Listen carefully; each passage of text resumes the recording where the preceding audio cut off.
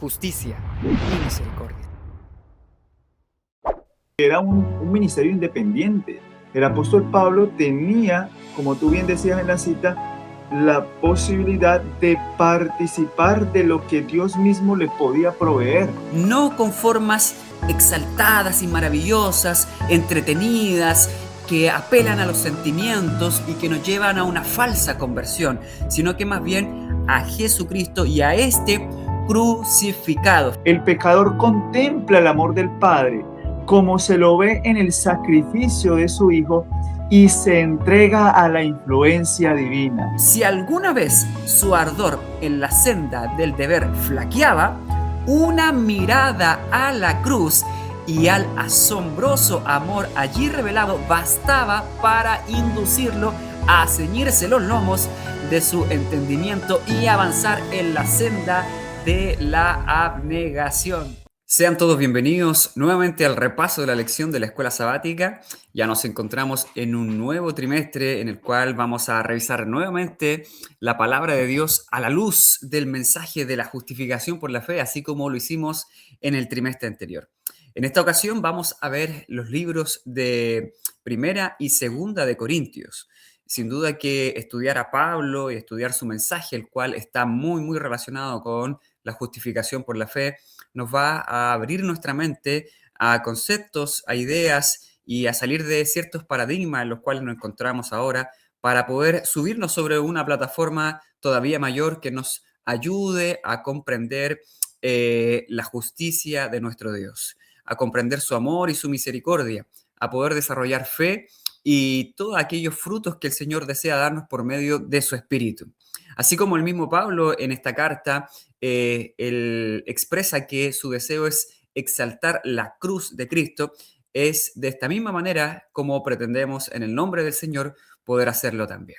Así es que Víctor, que por supuesto siempre aquí se encuentra con nosotros, ¿cómo estás, Víctor? ¿Cómo te encuentras ya en este día sábado en el nombre del Señor? Sábado, que el Señor te bendiga y bueno, para mí también es un gozo en el Señor poder estar nuevamente aquí compartiendo acerca de la lección y sobre todo en esta ocasión acerca de lo que el apóstol Pablo predicó a los Corintios y rogándole al Señor que podamos nosotros también recibir de ese mismo espíritu que lo llevó a él a predicar con denuedo el evangelio de la cruz. Así que esperemos sea de bendición y que todos aquellos que puedan escuchar esta lección también puedan ver a Cristo en su hermosura y santidad. Amén, Víctor. ¿Qué te parece si tú haces la primera oración? Por supuesto, vamos a orar. Oramos. Padre nuestro que estás en el cielo, Señor, gracias te damos por un sábado que nos das más en esta tierra. Esperando, Señor, que pronto, Padre, el Evangelio sea predicado a toda nación, tribu, lengua y pueblo, y podamos entonces estar preparados, Señor, para ese tiempo de crisis que se avecina, y entonces, Señor, poder finalmente ser trasladados, Señor, habiendo vindicado tu carácter al reino de los cielos, Señor. Sosténnos con tu gracia y pedimos, Padre, que en esta hora podamos ver a Cristo, podamos exaltar, podamos levantar la cruz, Señor, y podamos al ver la cruz ser llevados arrepentidos a los pies del Salvador por los pecados que le crucificaron. Guíanos, Señor, en este estudio y pedimos, Señor, tu dirección y sabiduría en el nombre de Jesús. Amén. Amén, amén. Bueno, decíamos, Víctor, que hoy día es sábado porque hemos trasladado el día de la grabación al día sábado para que ustedes puedan tener a disposición este comentario durante toda la semana y al mismo tiempo comprendiendo que el día del Señor Dios bendice a su pueblo y el poder ahí está prometido. Queremos con poder predicar también este evangelio y no colocar nada al azar. Así es que de esa misma manera vamos a comenzar abriendo la palabra de Dios en el libro de Hechos de los Apóstoles, el capítulo 18. En este capítulo es cuando es como se desarrolla la lección, desde el versículo 1 en adelante. Vamos a leer lo que sucede con Pablo al llegar a Corinto y qué es lo que él estaba haciendo antes de esto.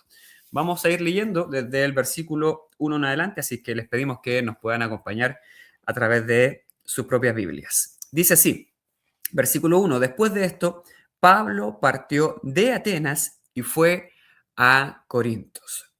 Sabemos por los relatos que Pablo estuvo allí en Atenas predicando también con mucho fuego desde su interior, con el poder del Espíritu. Se paraba en todo lugar a debatir con quien sea. No me imagino realmente, el relato lo dice, pero cómo es que Pablo discutía en el buen sentido con todo aquel que se le cruzaba, comprendiendo que estos atenienses, estos griegos, filosofaban y discutían sobre todo tipo de cosas. Y Pablo trasladaba todos esos asuntos hacia el Evangelio y discutía estos temas con ellos. Y luego de eso, él es llevado o él es trasladado a Corinto. Vamos a leer allí algunas citas que nos dan a explicar y nos dan a entender el porqué de este cambio rotundo y cómo es que Pablo contrasta sus dos experiencias y le va sirviendo a él para que en Corinto, que es un lugar absolutamente diferente, similar en cuanto a algunas filosofías, pero totalmente diferente, es cómo él debe aplicar el Evangelio allí. Dice el versículo 2, y halló a un judío llamado Aquila, natural de Ponto, recién venido de Italia con Priscila, su mujer, por cuanto Claudio había mandado que todos los judíos saliesen de Roma. Es decir, ellos habían sido trasladados de una parte todavía más al interior de Europa, en este caso de Italia, y habían venido hacia el sur, hasta la ciudad de Corinto. Habían huido básicamente. Eh, Él fue a ellos, dice el versículo, y como era del mismo oficio, se quedó con ellos y trabajaban juntos, pues el oficio de ellos era hacer tiendas. Qué interesante, Víctor, que en el fondo Pablo tenía un oficio. Si nosotros estudiamos, y Elena White lo comenta también, estudiamos el desarrollo formal de un maestro de Israel como lo era Pablo, una de las cosas que ellos debían hacer previamente a ser un rabino, que Pablo lo era, lo llegó a hacer siendo entrenado por Gamaliel, era el aprender un oficio. Todos tenían que aprender un oficio y el oficio que Pablo aprende es precisamente este oficio. Y esto sin duda que le sirvió en este momento. Y en este caso el Señor nos demanda a nosotros poder también tener un oficio el cual sirva para la obra del Evangelio. Mira, déjame leerte esta cita, Víctor, para ir comenzando a introducir lo que vamos a compartir ahora. Esta cita muestra acá, en el fondo, el trabajo formal que cada uno de nosotros debe realizar y cómo esto es algo que sin duda aporta al Evangelio si es que evidentemente lo mezclamos en el nombre del Señor, lo encauzamos a través de su Espíritu. Dice, la costumbre de sostener a hombres y mujeres que permanecen ociosos mediante donativos o dinero que proviene de la iglesia, promueve hábitos pecaminosos y debieran ser evitados concienzudamente. Mira, qué interesante lo que está diciendo acá. No estamos diciendo acá, no estamos hablando ni de diezmo ni de otras cosas, sino que más bien de donativos, como dice acá, o que, dinero que viene de la iglesia para personas que podrían desarrollar algún trabajo y no lo hacen y que se están sosteniendo de otra manera. Todo hombre y mujer y niño debiera ser educado para desempeñar tareas prácticas y útiles. Y esto Pablo lo aprendió desde su juventud. Todos deberían aprender algún oficio. Este podría ser fabricar tiendas, como lo fue Pablo, o cualquier otro tipo de trabajo, pero todos deberían ser educados para usar los miembros de su cuerpo con algún propósito. Y Dios está dispuesto a aumentar la adaptabilidad de todos los que quieran desarrollar hábitos de trabajo. Y fíjate lo que dice acá. Si un hombre goza de buena salud física y dispone de bienes, de manera de que no necesita emplearse para ganarse la vida, debería trabajar para obtener medios que le permitan promover el progreso de la causa y la obra de Dios. Qué interesante. Es decir, por cualquiera de las dos circunstancias, ya sea si hay o no dinero, debiéramos trabajar igual en algún oficio para el desarrollo de la causa, para sostenernos y para el desarrollo de la causa. No deben ser perezosos, sino fervientes en espíritu, sirviendo al Señor. Dios bendecirá a todos los que ejerzan influencia en este sentido. Qué interesante, porque en el Camino a Cristo, allí en el capítulo 2 o en el capítulo 1, si mal no me equivoco, en relación a la caída, dice que el trabajo, que es una de las cosas que Dios plantea, entre comillas, como una maldición, que es el trabajo con sudor, dice el Camino a Cristo de que este trabajo es un regalo de Dios para la restauración del carácter. Es decir, evidentemente que tú y yo lo sabemos, un trabajo que de esfuerzo, un trabajo que demanda cansancio, un trabajo que demanda sudor y demanda tiempo de parte nuestro, sin duda que tendrá su recompensa. Y en este caso, todos nosotros debiéramos tener un trabajo el cual sirva para la causa de Dios también, por supuesto. Y por último, leo acá también en Conflicto y Valor del 2 de diciembre, lo leo desde acá, dice: mientras algunos con talentos especiales son escogidos para dedicar todas sus energías a la obra de enseñar y predicar el Evangelio, muchos otros a quienes nunca fueron impuestas las manos humanas para su ordenación son llamados a realizar una parte importante en la salvación de las almas. Esto es para ti, Víctor, para todos nosotros los que de alguna manera no somos ordenados o no se nos ha impuesto las manos para predicar el Evangelio. Para todos ustedes que también, sin duda que están dedicando tiempo para la obra del Señor y que nos han sido llamados específicamente para el ministerio. Fíjense en esta cita. El abnegado siervo de Dios que trabaja incansablemente en palabra y doctrina lleva en su corazón una pesada carga, sin duda que sí. Su salario no influye en su labor. Recibió del cielo su comisión. ¿Se fijan? Porque de alguna manera aquellos que han sido ordenados reciben un salario y se dedican todo el tiempo para esto, más allá si esto lo hacen bien o lo hacen mal, pero en este caso, aquellos que lo hacen mezclando estas dos cosas llevan una pesada carga por las circunstancias de la vida y por lo que significa el Evangelio también, pero dice acá que esa comisión la han recibido del cielo mismo. Y el cielo espera, del cielo deben esperar su recompensa cuando haya terminado el trabajo que se les ha confiado. Tremendo, Víctor, y esto es una promesa también para cada uno de nosotros. Te doy la palabra. Bueno, alabado sea el Señor porque esto nos da a nosotros a entender que en realidad el ministerio del apóstol Pablo era un ministerio producto del espíritu de la profecía, un llamado del mismo Salvador, era un llamado por medio de Cristo, como el apóstol Pablo mismo lo dice en Gálatas capítulo 1. Y él empieza hablando acerca de su llamado, dice: yo soy apóstol de Jesucristo, porque él es quien lo llama a este servicio del cual ahora él va a dedicar todo su esfuerzo, todo su interés. Y es interesante lo que tú comentabas, porque en relación a esto, el día a día o la cotidianidad del apóstol Pablo era, era algo que le permitía a él a su vez dedicar todo su esfuerzo y todas sus facultades a la predicación del Evangelio.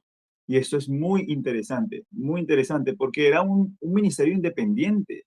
El apóstol Pablo no tenía un ministerio dependiente de la organización judía como tal, sometiéndose a los dirigentes para poder recibir un salario y depender de él. No, no. El apóstol Pablo tenía, como tú bien decías en la cita, la posibilidad de participar de lo que Dios mismo le podía proveer.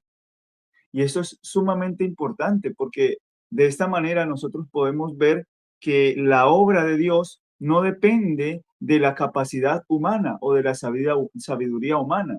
Depende de la obra guiada por el Espíritu Santo. Y así el apóstol Pablo lo comprendía. Por eso el afán del apóstol Pablo de exaltar a Cristo. Y esto de exaltar a Cristo y la cruz del Calvario era para los judíos un oprobio. Para ellos era una locura también no poder comprender el por qué el apóstol Pablo trabajaba de esa manera. Y es interesante que el apóstol Pablo aquí en la ciudad de Corinto, habiendo comprendido que esta era una ciudad totalmente inmoral, era un lugar donde prácticamente hasta los mismos cristianos conversos, que entre ellos había muchos helenos, griegos, judíos conversos al cristianismo, no solamente habían aceptado el evangelio, sino que ahora se estaban desviando a las prácticas inmorales que allí mismo se daban, porque habían también idolatría, había una diosa a la que también ellos elevaban por encima del Dios del pueblo de Israel. Y esto entonces se convirtió para el apóstol Pablo ahora en una necesidad, tanto que él llegó a desanimarse y el Señor le dice, no temas porque hay muchos que necesitan todavía escuchar el Evangelio, necesitan ser transformados por el poder de la cruz. Entonces el apóstol Pablo, como tú bien decías, ahora se dedica completamente a la predicación de este evangelio para poder entonces mostrarles a ellos una verdad que llevaría las mentes de ellos a comprender que no era la filosofía, no era la ciencia lo que podía llevarlos a ellos a tener una elevación digamos, capaz de transformar su carácter. Porque, a ver, si dentro de este contexto que el apóstol Pablo está, donde habían muchos griegos y mucha filosofía, mucha elocuencia, mucha ciencia, si en medio de esto la filosofía y la ciencia era lo único capaz de lograr una verdadera elevación y honor, entonces, ¿cómo el apóstol Pablo iba a presentar la cruz del Evangelio, la cruz de Cristo, como aquello que realmente dice el apóstol Pablo es poder de salvación para los hombres? Esto contrastaba totalmente con la idea que ellos tenían del Evangelio. Además de que Cristo pues había venido como uno que era totalmente humilde y sin ningún atractivo, Ítalo. Imagínate el carácter de Cristo, sin ningún atractivo para los seres humanos. Y el apóstol Pablo entiende que el ministerio que él va a llevar adelante tampoco tenía que tener ningún atractivo. Él se iba a dedicar simplemente a exaltar a Cristo y el poder de este. Y esto es maravilloso. Por ejemplo, cuando el apóstol Pablo dice en 1 Corintios capítulo 18, en Hechos de los Apóstoles, ahí mismo en el capítulo 18, en el versículo 4 dice, y discutía en la sinagoga todos los días de reposo y persuadía a judíos y a griegos. Y cuando Silas y Timoteo vinieron de Macedonia, Pablo estaba entregado por entero a la predicación de la palabra, testificando a los judíos que Jesús era el Cristo. Pero oponiéndose y blasfemando estos, les dijo, sacudiéndose los vestidos, vuestra sangre sea sobre vuestra propia cabeza, yo limpio, desde ahora me iré a los gentiles. Y saliendo de allí, se fue a la casa de uno llamado Justo, temeroso de Dios, la cual estaba junto a la sinagoga. Y de ahí para adelante, nosotros podemos ver que el apóstol Pablo tal vez se desanima, pero el Señor le dice, entonces el Señor dijo a Pablo en visión de noche, noten cómo el Señor se le aparece y se le manifiesta de manera personal, dice, no temas, sino habla y no calles. ¿Por qué? Porque yo estoy contigo. Y esa es la promesa, es muy parecida a la promesa de Isaías 41:10, donde dice, no temas y no desmayes porque yo soy contigo, yo soy tu Dios que te esfuerzo, siempre te ayudaré y siempre te sustentaré con la diestra de mi justicia. Y aquí le dice, no temas porque yo estoy contigo y ninguno pondrá sobre ti la mano para hacerte mal porque yo tengo mucho pueblo en esta ciudad.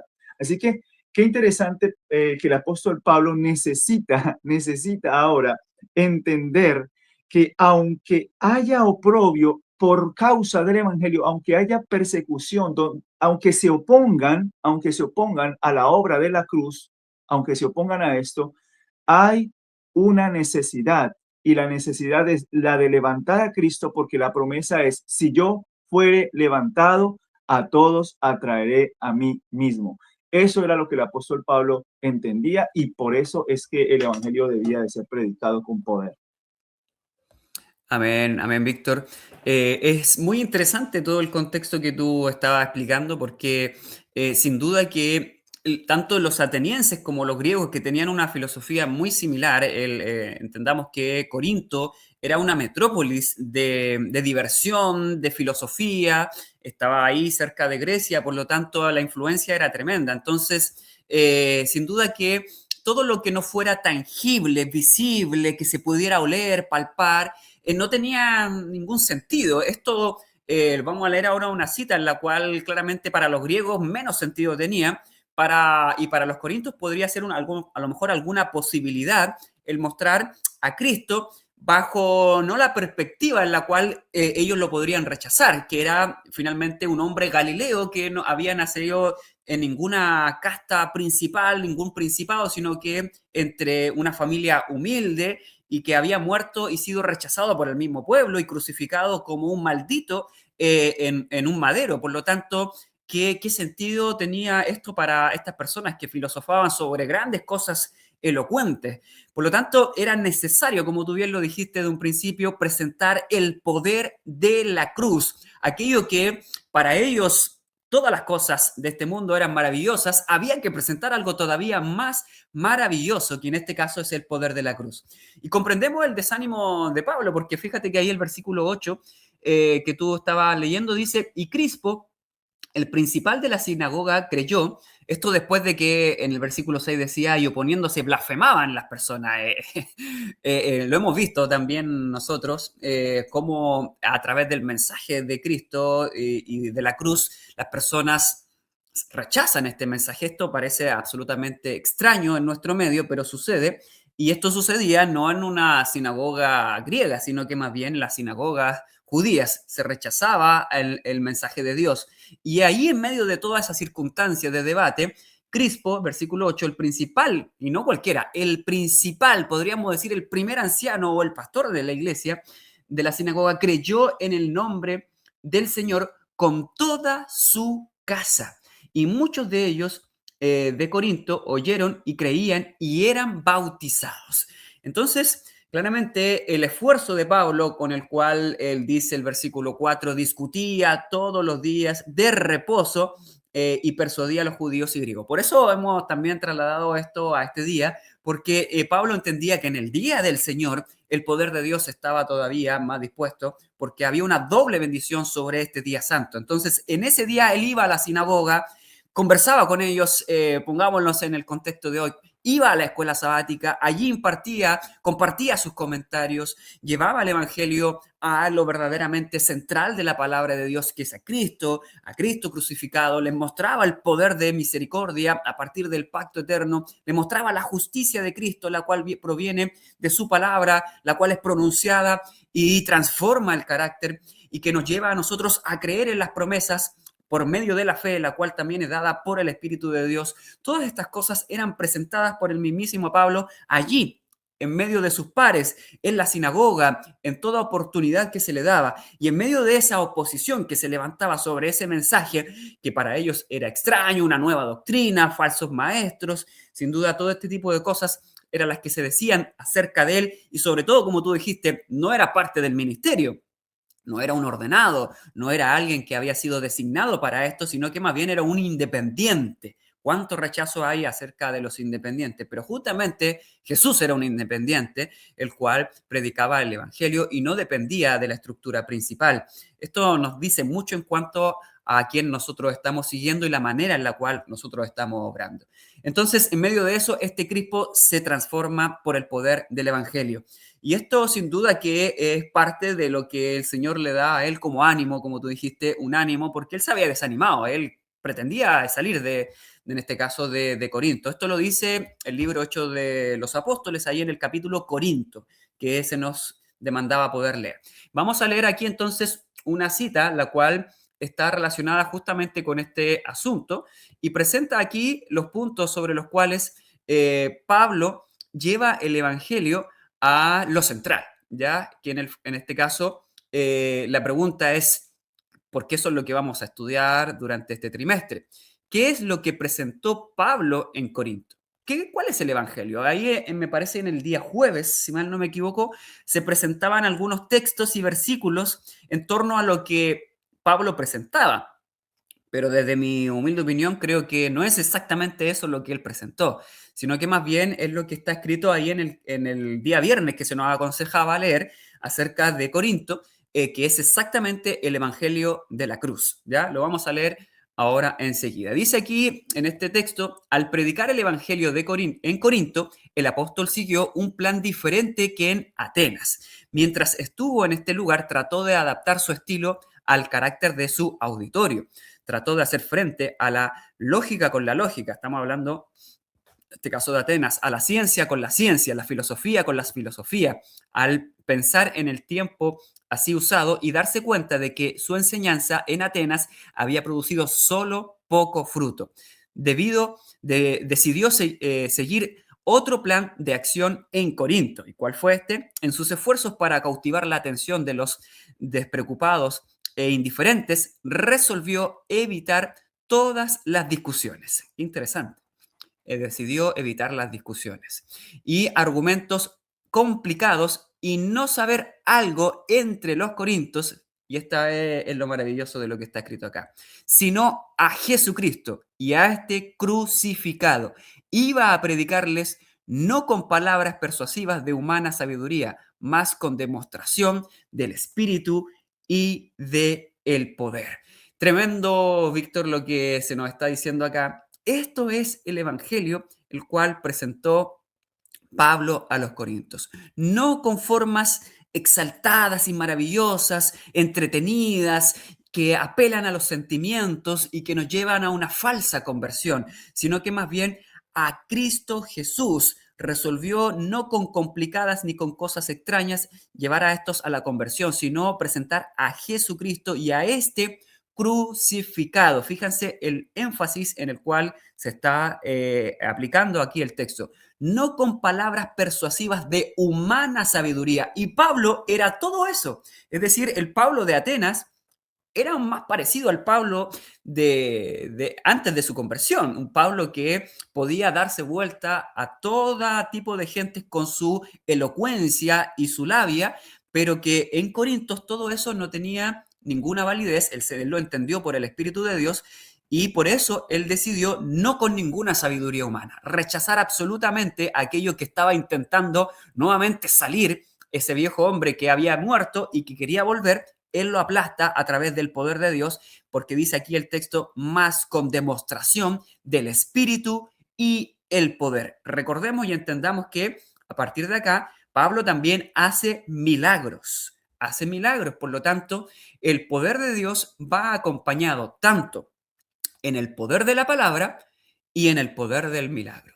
En el mensaje de la justificación por la fe, Víctor, esto no es distinto, ya que el mensaje en sí es tremendamente maravilloso. Nosotros, en el nombre de Dios y gracias a su poder, nos hemos convencido solamente por la palabra. Pero hay personas que no va a ser así. Se requiere de un poder mayor. Por lo tanto, nosotros conocemos muy bien que el mensaje del tercer ángel tiene un brazo derecho y ese brazo derecho es la reforma de la salud.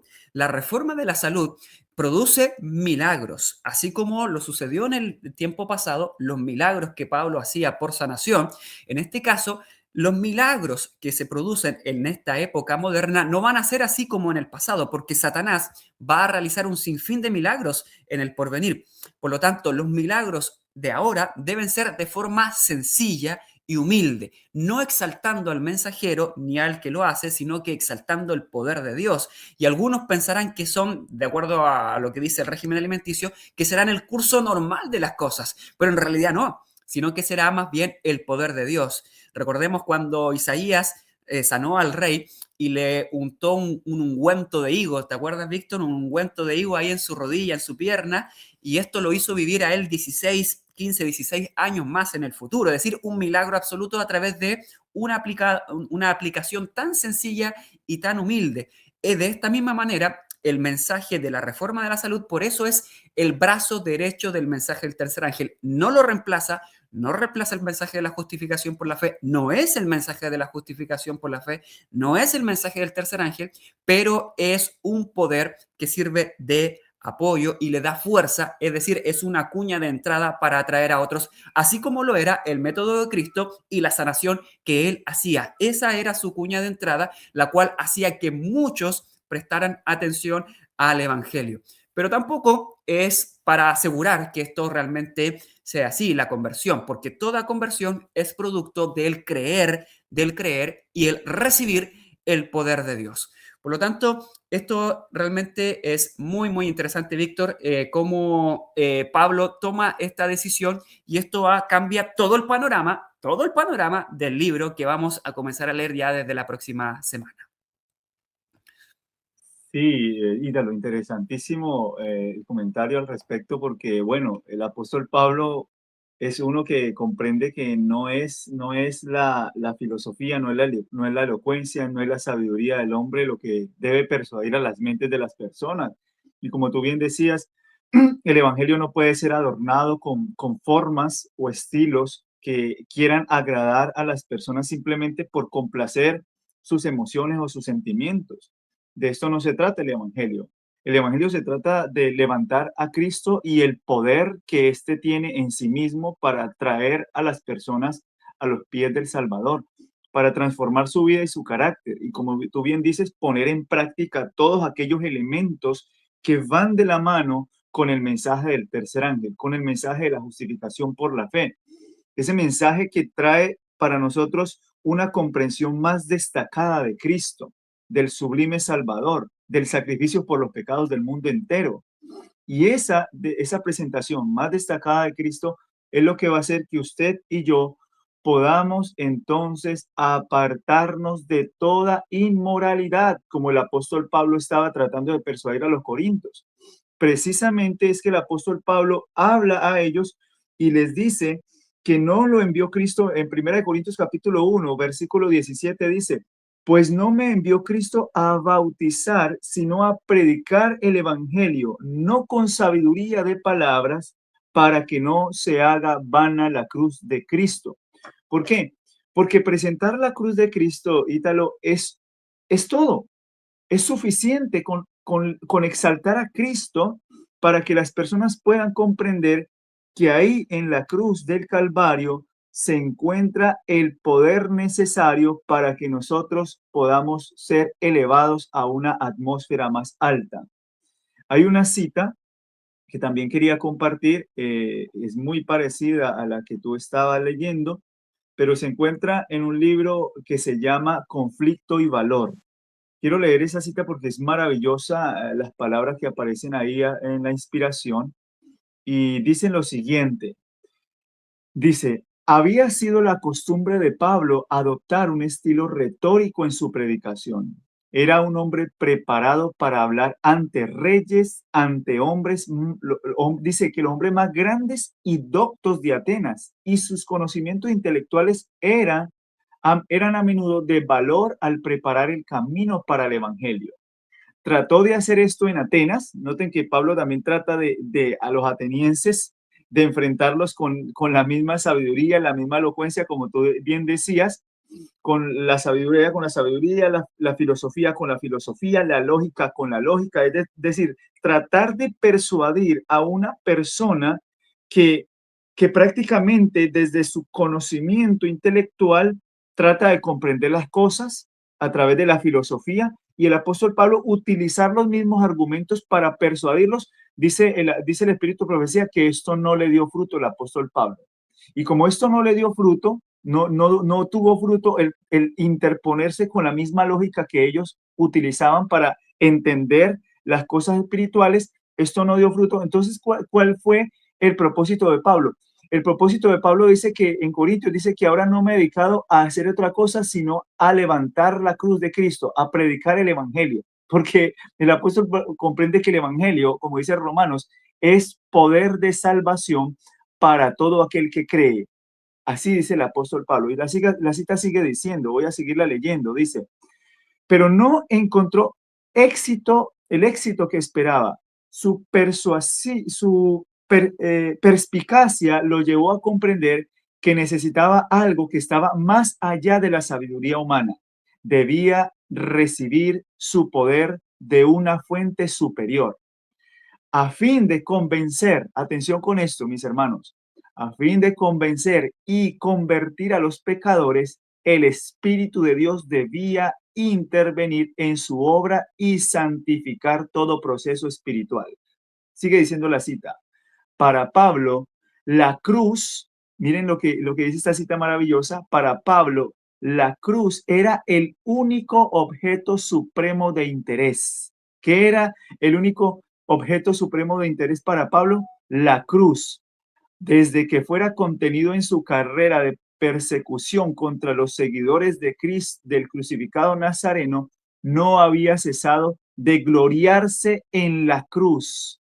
Sabía por experiencia personal que una vez que un pecador contempla, a ver, mis hermanos, miren qué maravilloso, ¿qué es lo que pasa con la cruz? Lo que veníamos diciendo, Ítalo, cuando el evangelio de la cruz es levantado, entonces dice que el pecador contempla el amor del Padre, como dice la cita. El pecador contempla el amor del Padre como se lo ve en el sacrificio de su Hijo y se entrega a la influencia divina. Se produce un cambio de corazón y Cristo es desde entonces todo en todo. En ocasión de su conversión, Pablo se llenó de un vehemente deseo de ayudar a sus semejantes a contemplar a Jesús de Nazaret como el Hijo del Dios vivo, poderoso para transformar y salvar. Desde entonces dedicó, y aquí está el ministerio, porque la lección habla del ministerio del apóstol Pablo. Miren el ministerio del apóstol Pablo. ¿En qué radica un verdadero ministerio del evangelio? Dice, desde entonces dedicó enteramente su vida al esfuerzo de pintar el amor y el poder del crucificado. Los esfuerzos del apóstol no se limitaban a la predicación pública. Había muchos que no podrían ser alcanzados de esa manera.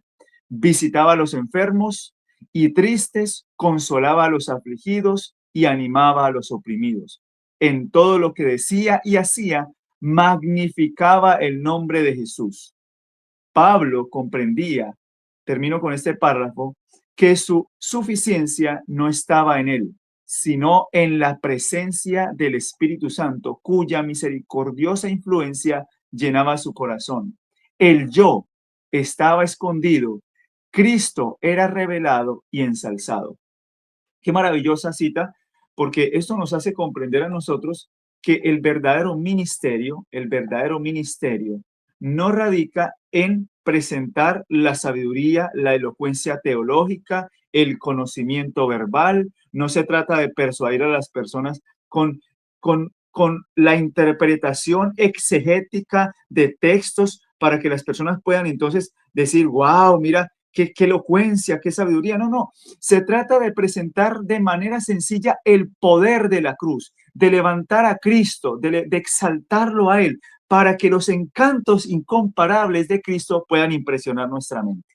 De eso se trata el ministerio que el apóstol Pablo ejerció. Amén, amén, Víctor. Y es interesante cómo para muchas personas esto es complejo, es el lenguaje de Pablo. Y realmente para nosotros no es común, yo creo.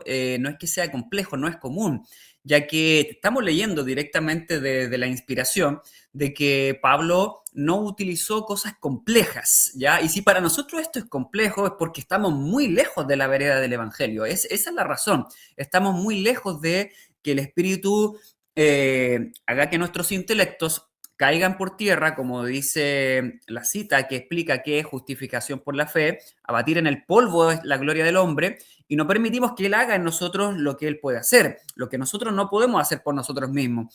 Por lo tanto, el lenguaje de Pablo no era nada más ni nada menos lo que él mismo había experimentado en su propia conversión. Yo quería añadir solamente a lo que tú dijiste, que esta cita me llama mucho la atención. Ahí lo que leímos en Hechos de los Apóstoles es exactamente lo mismo. De hecho, un poquito más adelante, en lo que estábamos leyendo al principio, se muestra lo que tú decías, agregando algún par de cosas más a su conversión, que era eso lo que quería agregar a lo que tú estabas mencionando. Dice acá, eh, dice, se había producido en su vida una maravillosa transformación que había puesto todos sus planes y propósitos en armonía con el cielo. Que en este caso, todo lo que Pablo era y hacía, ahora tenía armonía con el cielo. Tremendo. Desde lo que mencionábamos desde un principio, su propio trabajo. Esto no es que lo aprendió ahí o lo desarrolló después, ya lo hacía desde antes. Desde Pablo, desde Saulo en este caso, perseguidor, él ya lo hacía. Y ahora todo eso fue reencauzado, transformado y llevado en la dirección contraria absolutamente en el nombre del Señor. Desde aquella hora había sido un nuevo hombre en Cristo. Esto es lo que Pablo quería expresar a toda persona, como tú bien lo dijiste también en la cita anterior, a todos en todo en todos, exactamente. Él era una nueva persona en Cristo, sabía por experiencia personal que una vez que un pecador contempla el amor del Padre, como se lo ve en el sacrificio de su Hijo, y se entrega a la influencia divina, se produce un cambio de corazón. Él lo sabía absolutamente porque él lo había vivido. Yo creo que ahí está, Víctor, la gran victoria que cada uno de nosotros puede obtener a partir del Evangelio. Me refiero a la conversión de las almas, cuando tenemos una experiencia absolutamente real con Cristo, lo conocemos claramente, y esto hace que absolutamente nosotros podamos contar de un Jesús, el cual sí tiene el poder, sí creemos que realmente esto es realidad. Nosotros lo hemos experimentado en forma personal, porque hemos leído también allí que el Evangelio de la justicia de Cristo es el que trae o es acompañado por la lluvia tardía. Por lo tanto, estas gotas o este aguacero de la lluvia tardía que comienza a caer es el poder de Dios que afianza en la verdad. Y esto sin duda que trae conversión. Por lo tanto, esta conversión, la cual viene por el producto de la lluvia, que trae madurez al fruto, cambios de carácter, transformación del corazón, hace que nosotros podamos vivir experiencias reales. Lo que todo el mundo pregunta, bueno, ¿y en la práctica? Bueno, esto es lo práctico. Oír la palabra de Dios, escudriñar a Cristo y a Cristo crucificado, y esto trae transformación para la esposa, para los hijos, para la familia. En el seno familiar, esto sin duda que se ve revelado, y en el nombre de Jesús, esto lo hemos visto realizado en nuestra propia vida. Es por eso que lo predicamos también. Pero en el caso de Pablo, esto es una experiencia de transformación absoluta, radical, de un hombre endemoniado que perseguía y mataba a otros, a un hombre que ama a todos en todo. En este caso, solamente quería mostrar una pequeña párrafo más que está ahí mismo, donde afirma lo que dice Pablo acerca de la cruz en esta última parte. Esto me parece también maravilloso, como en este caso Pablo, hablando de la cruz, como su único objetivo, presentarlo a los corintios. Dice aquí, después de Romanos, donde está escrito acá Romanos 1:14, dice, el amor por el Señor de gloria, a quien había perseguido tan implacablemente, esto es lo que comentaba, en la persona de sus santos, era el principio propulsor de su conducta. El amor de Dios, la gloria del Señor, su fuerza motriz. Y fíjate en esto, Víctor. Si alguna vez su ardor en la senda del deber flaqueaba, una mirada a la cruz y al asombroso amor allí revelado bastaba para inducirlo a ceñirse los lomos de su entendimiento y avanzar en la senda de la abnegación. Amén. Gloria a Dios, porque eso es lo que necesitamos. Esto es lo que hace la palabra de Dios. Si nos falta poder, si nos falta vitalidad, si nos falta ánimo, démosle una mirada a la cruz, démosle una mirada al Evangelio, y esto revitaliza el poder del alma, de la mente, la cual viene del cielo para poder avanzar. Esta es la medicina que nosotros necesitamos día a día, la cual trae transformación. Bueno, Víctor, hemos ido llegando ya al final de este comentario, el cual solamente es una introducción a lo que vamos a comenzar a ver en el libro de Corintios. Y allí Elena White nos aconseja el poder leer, Víctor, este libro con mucho énfasis, sobre todo en el tiempo final en el cual estamos viviendo.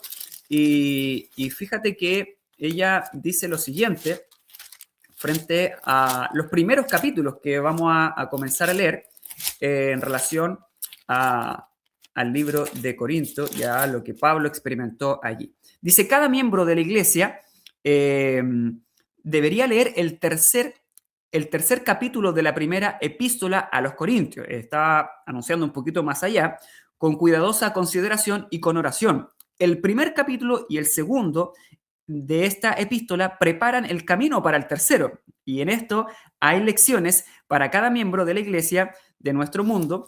La causa de sus dificultades se revela claramente. Entonces, aquí se nos está demandando poder llegar a este tercer capítulo de Corinto, el cual manifiesta cosas como estas, por ejemplo. Dice allí en el capítulo 3, versículo 16, 17, ¿no sabéis que sois templo de Dios y que el Espíritu de Dios mora en vosotros? Si alguno destruye el templo de Dios, Dios lo destruirá a él, porque el templo de Dios, el cual sois vosotros, santo es. Pablo, así como su deseo era presentar a la cruz de Cristo, a Jesucristo, ese poder el cual lo había transformado él lo hace bajo lo que nosotros también hoy día entendemos que es la manera en la cual se presenta el Evangelio, por medio del Espíritu Santo. Entonces, así como Jesús mismo, cuando se iba a ir al cielo, les presentó a los discípulos el Consolador. Pablo hace exactamente lo mismo en este libro, presenta al Consolador y en este caso él aplica lo que Jesús enseñó a sus discípulos y les enseña a los corintios que cada uno de nosotros es templo del Espíritu de Dios y de ahí radica todo aquello que nosotros podemos hacer o no hacer en favor de la obra de Dios, si es que ese Dios del cielo está habitando en nuestro interior. Y vaya que en Pablo habitaba. Y si flaqueaba, una miradita, y va más que una miradita a la cruz de Cristo. Y concluimos con esto, Víctor, algunas palabras finales para poder terminar nuestro comentario. Sí, solamente quiero compartir estas palabras del apóstol Pablo ahí mismo en Primera de Corintios, capítulo 1, versículo 21 al 23. Y termino con el versículo 4 al 5 del capítulo número 2. Noten estas palabras maravillosas. Dice, pues ya que en la sabiduría, Primera de Corintios capítulo 1, versículo 21 dice, pues ya que en la sabiduría de Dios, el mundo no conoció a Dios mediante la sabiduría, agradó a Dios salvar a los creyentes por la locura de la predicación. Noten cómo el apóstol Pablo le llama al evangelio, la locura de la predicación. ¿Por qué? Porque precisamente, como tú decías al principio, el que no comprende la palabra de Dios, el evangelio sencillo, eso se convierte en una locura, se convierte en algo difícil de entender. Y para nosotros a veces es tal vez más entender las cosas filosóficas, las cosas que se nos presentan a través de teorías y que sustentan a través del argumento humano lo que la palabra de Dios no sustenta. Pero cuando se presenta a Cristo y el Evangelio como por medio de un ministerio dado por el Espíritu, porque ese es el ministerio de la justificación, el ministerio del Espíritu, el ministerio de la verdad, como el apóstol Pablo también lo dice en Corintios, el Evangelio eterno, que es el Evangelio del pacto eterno, es el Evangelio de Cristo, de aquel que ha sido crucificado desde antes de la fundación del mundo. Para nosotros eso no llega a ser comprendido, sino hasta el momento que yo paso tiempo con Cristo y le sigo desde Belén hasta la cruz del Calvario. Cuando yo sigo su pisada, cuando yo lo contemplo tal y como Él es, yo puedo comprender que el Evangelio es salvación y no es locura. Dice, porque los judíos piden señales y los griegos buscan sabiduría, pero nosotros predicamos a Cristo crucificado, para los judíos ciertamente tropezadero y para los gentiles locura, mas para los llamados, así judíos como griegos, Cristo, poder de Dios y sabiduría de Dios. Y dice el versículo 4 del mismo capítulo 2, dice, y ni mi palabra ni mi predicación fue con palabras persuasivas de humana sabiduría, sino con demostración del Espíritu y del poder, como tú decías, Ítalo, para que vuestra fe no esté fundada en la sabiduría de hombres, sino en el poder de Dios. Ese es el ministerio que el apóstol Pablo invita a que cada uno, usted y yo, no necesitamos encerrarnos en un edificio para comprender las cosas espirituales. No, la simple y sencilla palabra de Dios, al ser aceptada, se nos da por la fe el poder del Espíritu para que nosotros podamos exaltar a Cristo en su hermosura y santidad, y ese poder transforma los corazones. Así que el Señor nos sostenga y podamos seguir profundizando cada día más en este evangelio de salvación. Amén, amén. Leo por último una pequeña cita, la cual está en el libro Alza tus ojos, el 18 de marzo. Dice allí, los ángeles de Dios están preparados y esperando para acompañar a hombres humildes que con sus Biblias en mano vayan a aquellos que no tienen la luz, a fin de leerles así dice el Señor. Esto es lo que Pablo hizo, llevó el Evangelio, un así dice el Señor, presentando a Jesucristo como ese Dios eterno, el cual ha venido desde el tiempo y el espacio, el cual no conocemos, a morir en la tierra y que ahora, producto de su ministerio, está también en el lugar santísimo. Estos 144,000 que presenta Apocalipsis siguen al Cordero donde quiera que va, pero se convierten en eso producto de que desde ahora ellos ya están siguiendo al Cordero donde quiera que va. Oremos al Señor para que esto se pueda producir en nosotros por el poder del Evangelio, el cual estamos predicando. Señor del cielo, gracias Padre, porque usted puede hacer en nosotros cosas que para el mundo es una locura, incluso para nuestra mente, nuestro intelecto lo es. Por eso le pedimos, Dios, de que el poder del Espíritu Santo pueda hacer por nosotros lo que nosotros no podemos hacer por nosotros mismos, que es tomar de Cristo y dárnoslo.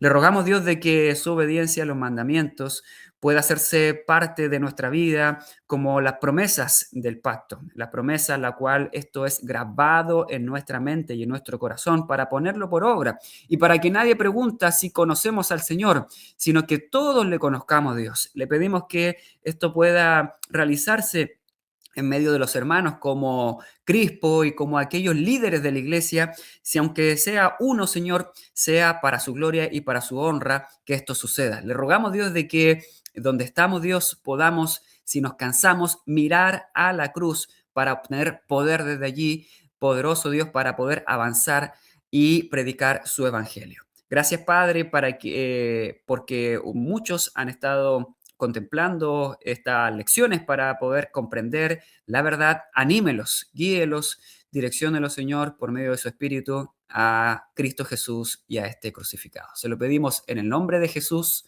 Amén.